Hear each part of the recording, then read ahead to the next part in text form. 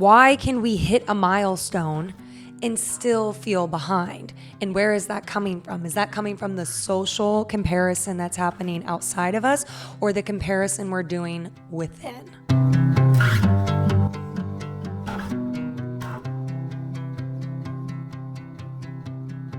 Welcome to the other side where sports meets soul. I am your host, Kyla, and I'm filming this on a Monday, so happy Monday. Life has been lifing just as it does, just as it be. My favorite quote at the moment was from a Dutch Bros employee, and it's any day above ground is a good day. So that's my motto for today and honestly every day. But I wanted to get back into part 2 of our Psychology of Performance series theories. Such a little rhyme there.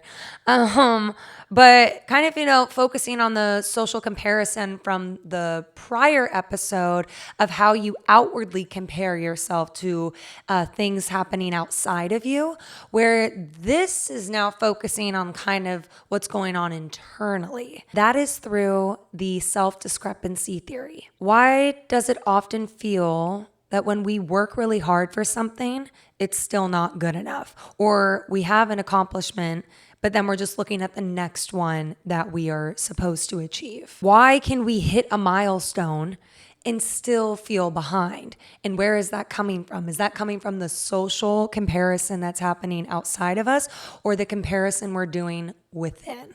And so that kind of goes to, it may be a version that's living inside of our heads. I want to ask you a question. In whatever field or career you're in, what do you find yourself often asking? Where do I stand compared to them?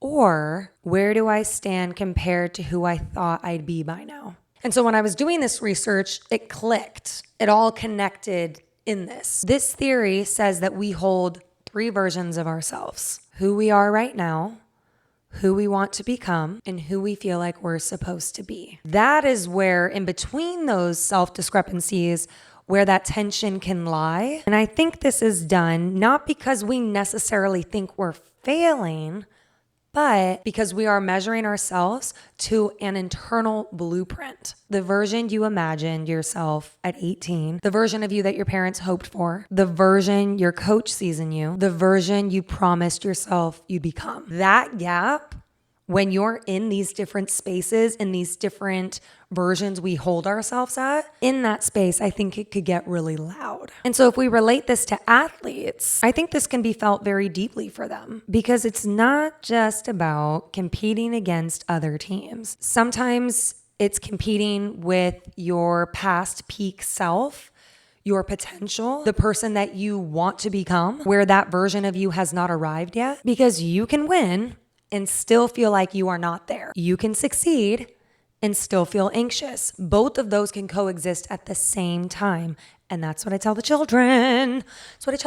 Is that you can have 2 emotions existing at once. I think it's a matter of how you navigate that and regulate it with your nervous system. But the anxiety that can come from success or the disappointment within yourself, it may not necessarily be that the anxiety and disappointment is coming from what's on the scoreboard. It could come from the misalignment you feel within yourself. There was some more research I wanted to do on this, and something that stood out was dispositional awareness. And I paused when I did this research because I really wanted to understand the word dispositional. And the research I found was that dispositional is your natural tendency. It's not a temporary moment where you feel calm. It's not meditating once before a game, but how you typically respond when pressure hits. So the question is, do we get swept up in our thoughts when that dispositional awareness happens? Or are we able to bring it back to ourselves, being able to recognize those thoughts and still focus on what's in front of you? Because the studies have shown, You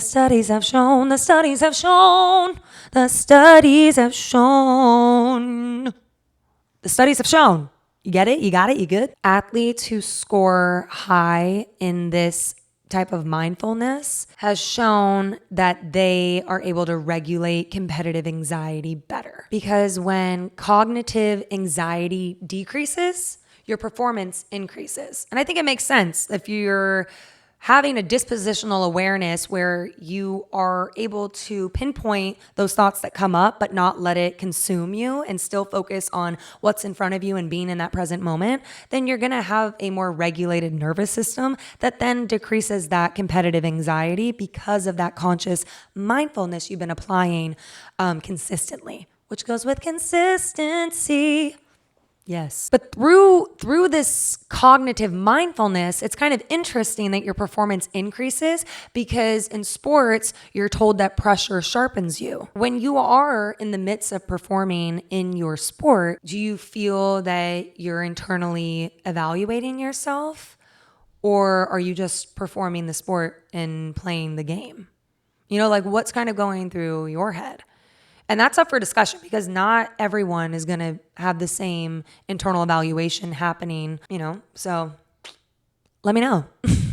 I'm curious. Answer my questions. But if we bring it back to the gap that happens in between those versions of ourselves that we're navigating and comparing ourselves to, if we are, self-discrepancy creates evaluation. I should be better. I can't mess this up. This isn't who I should be. This isn't who I'm supposed to be right now. That mindfulness doesn't erase ambition. I think it helps you stay present while you pursue it. Because having that dispositional mindfulness isn't going to close that gap overnight. I think it keeps the gap from controlling you. I think there can be some reflection in this as well, where I don't think the goal is to eliminate who you are and who you want to be. I think the goal is to learn how to move toward it without rejecting yourself in the process. Because maybe the question isn't, why am I not there yet? And more so, what is this space teaching me?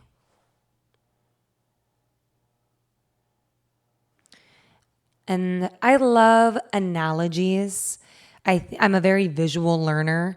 And when these analogies create that visual for me, it makes it easy for me to absorb. This one, I think it's an analogy. I may not be correct on that. Maybe I'm using the wrong terminology, but this I think is good to mention in this. Sometimes growth isn't about tightening the grip, but steadying it.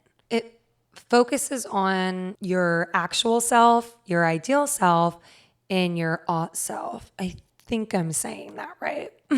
Actual self, who I am right now, ideal self, who I want to be, and our ought self of who you think you're supposed to be. There's a vertical comparison, not towards others with self-discrepancy, but the standards you hold within yourself. And so if we do focus on who we are right now, who we want to become, and who we're thinking we are supposed to be, there are those gaps that we're talking about that can form, but it's a matter of how you can close those gaps and have a steady space in those versions that you're becoming and that you are and that you hope to be. And I could say the same thing with me sitting here too, where it's like, oh, I should be this far along. I am not happy with where I'm at. I feel like this also goes with age. And when you look at milestones and you reach 18 or 20 or 25 or 30 or 35, literally any age, in having that comparison of self-discrepancy is, I should be so much farther along than where I am, or I should have already had this milestone achieved in my life. And outwardly then social comparison connecting to that, because then you can outwardly compare yourself to the people that do have that. There are a timeline of things in careers, in your personal life, but that doesn't necessarily mean it's your timing.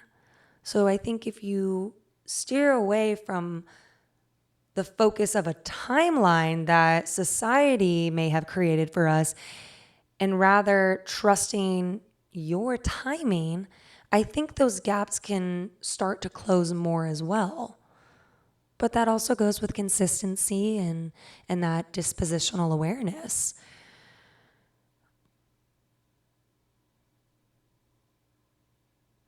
I struggle with it all the time. And I just find it ironic that I have research that I'm doing and I struggle with the comparison with myself of where I should be and what I should be doing, or maybe I should be doing something differently.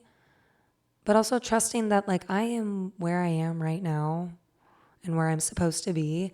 And if something is meant for me, it's already mine. And if it's not, then I'm able to learn from it or find a lesson in it that will just help me grow and evolve into the person and the woman I want to be and who I'm becoming and who I am now. I think it also goes with trusting yourself. And I think it's really important to find that within. And it's not easy. I think it's, easier said than done. But I think if you make a conscious effort to do that, you will see that progress. And I think that's a fulfillment within oneself. And yeah, I am on this journey as well in the psychology of performance. Whether I'm playing sports right now or not, it is such a real current thing in my life, dealing with social comparison, having that internal battle with yourself of where you think you should be and looking at where you're not and all the choices you've made and if you made different choices, but trusting yourself too in those choices as well. I think there's been just such a level of doubt for me in this that I think I've talked about in other areas, but there's doubt in this for me all the time, but not letting that doubt overcome the vision and the dream I have for myself and trusting that vision that I've been given and that I've seen within, that I trust that. Ugh, my sister's calling. Hello? Hi. I'm currently recording my episode. Can I call you back in 5 minutes? Oh, Yes. yes. And also you don't, are you doing a solo one? Yeah. Okay. Yes, I just have to update you on. No, I'll literally call you in 2 minutes. I'm doing the closing sentence right Okay, now. bye. Okay, bye. That was my sister. But trusting yourself in those choices and giving yourself grace of like making those choices with who you were at that time, doing the best that you could. And I think that these dreams that we have for ourselves, these ambitions, these goals are given to us for a reason. Though if not everyone sees that, that's okay, because if you can see it, then it's possible. And if you truly believe it, you can. And I think that also can fill the gap with those different versions of yourself, if there is that space that is having that struggle and that challenge. And so it just brings me back to you as a sports player, as an athlete, as a person, as a human being. What do you find yourself comparing to? Is it more external? Is it more within? Are you feeling consumed and controlled by the comparing thoughts? Or are you feeling more of a regulation? And with either side of that, what awareness are we lacking or practicing that has become a habit or a tendency that has helped us or hurt us? My next part to this will come out next week, I promise. So I promise I will have that going for us. So yeah, that's my episode. Thank you all for being here. Thank you. I feel delusional right now. I don't even know. If you or someone you know would like to share the other side of your story, please hit me up. It's been working, all right? So if you see me post a TikTok and I'm like, hey, come on my podcast, literally just comment and I will respond. Or message me on YouTube, on my Instagram, on TikTok. I'll be there. What's that? What's that TikTok? Every evening, I'll be there. But yeah, I have doubt in all of this all the time, but it's a matter of pushing through that doubt and having that trust and strength within yourself be stronger than the fear. And you hear celebrities and people say it all the time. It's doing it scared too. Even with all those other emotions that are existing at the same time, pushing through it, trusting yourself, and believing in the vision you have for you, regardless of how loud the noise within may get or the noise that's happening around you. But I think the loudest voice of doubt and fear comes inside our own heads. So finding a way to quiet that and having a steady flow within, I think that's the key. I think that's the money there. But yeah, thank you for listening. And that's my podcast. This is me. This is real. This is me. I'm exactly where I'm supposed to be now. Gonna let the light shine on me. Now I found who I am.